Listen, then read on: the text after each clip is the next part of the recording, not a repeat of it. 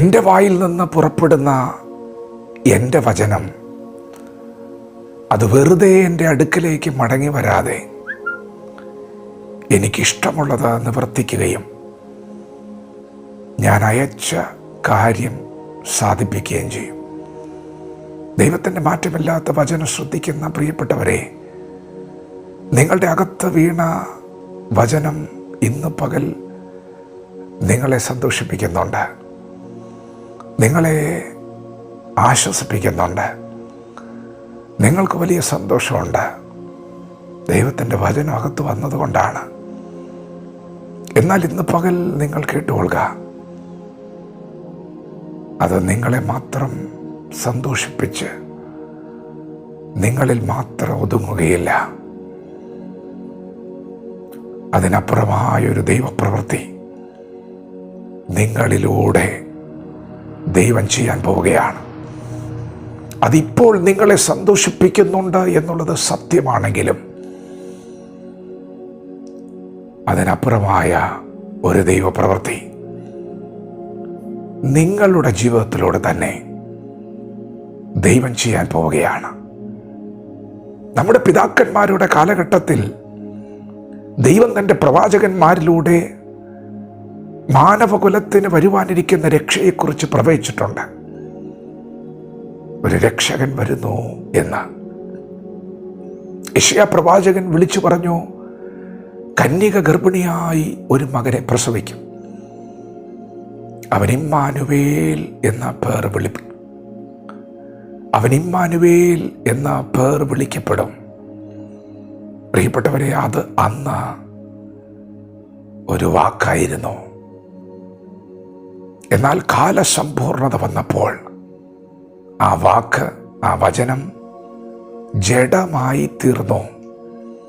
കൃപയും സത്യവും നിറഞ്ഞവനായി നമ്മെപ്പോലൊരു മനുഷ്യ വേഷത്തിൽ ഈ ഭൂമിയിൽ പിറന്നു.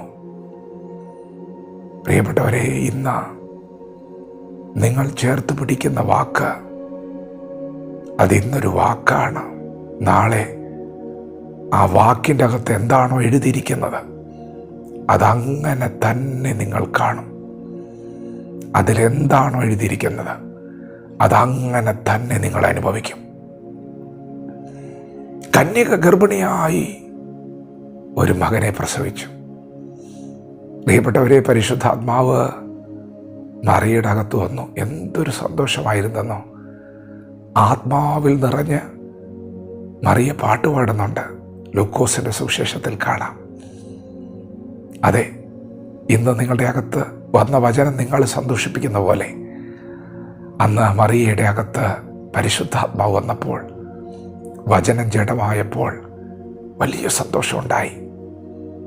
തൻ്റെ ചാർച്ചക്കാരിയായ എലിശബത്തിൻ്റെ അടുക്കൽ ചെന്ന് അവളെ വന്ദനം ചൊല്ലിയപ്പോൾ മറിയയുടെ അകത്ത് മറിയ അനുഭവിക്കുന്ന സന്തോഷം അവളിൽ നിന്ന് എലിശബത്തിൻ്റെ അകത്തേക്ക് പകരപ്പെടുകയാണ്.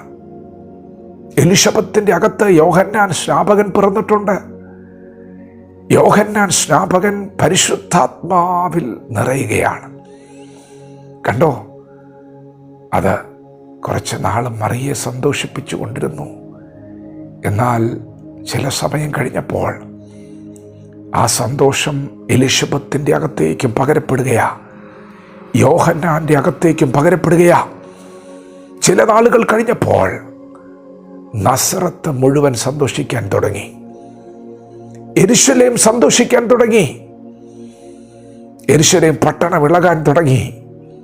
യേശു പട്ടണത്തിൽ വന്നിരിക്കുന്നു എന്ന വാർത്ത കേട്ട് ആയിരങ്ങൾ തടിച്ചുകൂടി. പ്രിയപ്പെട്ടവരെ, അത് ഒരു വീട്ടിൽ വന്നു, അതൊരു പട്ടണത്തിൽ വന്നു. എന്നാൽ അതൊരു പട്ടണം കൊണ്ട് അവസാനിച്ചില്ല. ദൈവം അയച്ച കാര്യം സാധിപ്പിക്കാൻ തുടങ്ങിയപ്പോൾ, ദൈവത്തിൻ്റെ ഇഷ്ടം നിവർത്തിക്കാൻ തുടങ്ങിയപ്പോൾ യേശുക്രിസ്തു ലോകത്തിൻ്റെ വെളിച്ചമായി ഇന്ന് ലോകത്തെ സന്തോഷിപ്പിക്കുകയാ, ഏത് മനുഷ്യനെയും പ്രകാശിപ്പിക്കുക.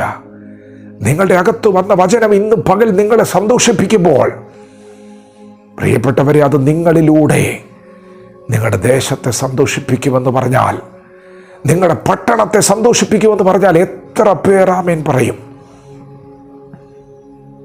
ദൈവത്തിൻ്റെ വായിൽ നിന്ന് പുറപ്പെട്ട വചനമാണ്. നിങ്ങളെ സന്തോഷിപ്പിക്കാൻ വന്നതാ, പക്ഷേ അത് നിങ്ങളിൽ ഒതുങ്ങുകയില്ല. നിങ്ങൾ പട്ടണത്തെ ചലിപ്പിക്കുന്നവരാകും. നിങ്ങളുടെ സംസ്ഥാനത്തെ ചലിപ്പിക്കുവാൻ പരിശുദ്ധാത്മാവ് നിങ്ങളെ ഉപയോഗിക്കാൻ പോവുകയാണ്. നിങ്ങളുടെ രാജ്യത്തെ പ്രകാശിപ്പിക്കുവാൻ പരിശുദ്ധാത്മാവ് നിങ്ങളെ ഉപയോഗിക്കാൻ പോവുകയാ. നിങ്ങളിൽ സ്ഫോടനാത്മകമായ മാറ്റങ്ങൾ സംഭവിക്കുന്നു. ദൈവം നിങ്ങളെ ഉപയോഗിക്കാൻ പോകുന്നു. നിങ്ങളുടെ അകത്ത് കിടക്കുന്ന വചനം ചലിക്കാൻ പോവുകയാണ്. വിശ്വസിക്കാമോ? വിശ്വസിക്കണം. ദൈവം പറയുക, അത് വെറുതെ എൻ്റെ അടുക്കിലേക്ക് മടങ്ങി വരില്ല. എനിക്ക് ആ വചനത്തെക്കുറിച്ചൊരു ഉദ്ദേശമുണ്ട്. ആ വചനത്തെ വഹിക്കുന്ന നിന്നെക്കുറിച്ച് ദൈവത്തിനൊരു ഉദ്ദേശമുണ്ട്.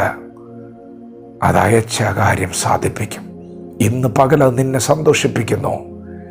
നാളെ സ്ഫോടനാത്മകമായ മാറ്റങ്ങൾ നിന്നിലൂടെ ദൈവം ചെയ്യാൻ പോകുന്നു. വചനത്തോട് പ്രതികരിക്കാം. ദൈവം നമ്മെ ഓരോരുത്തരും ഈ പകൽ അനുഗ്രഹിക്കുമാറാകട്ടെ. ആമേൻ.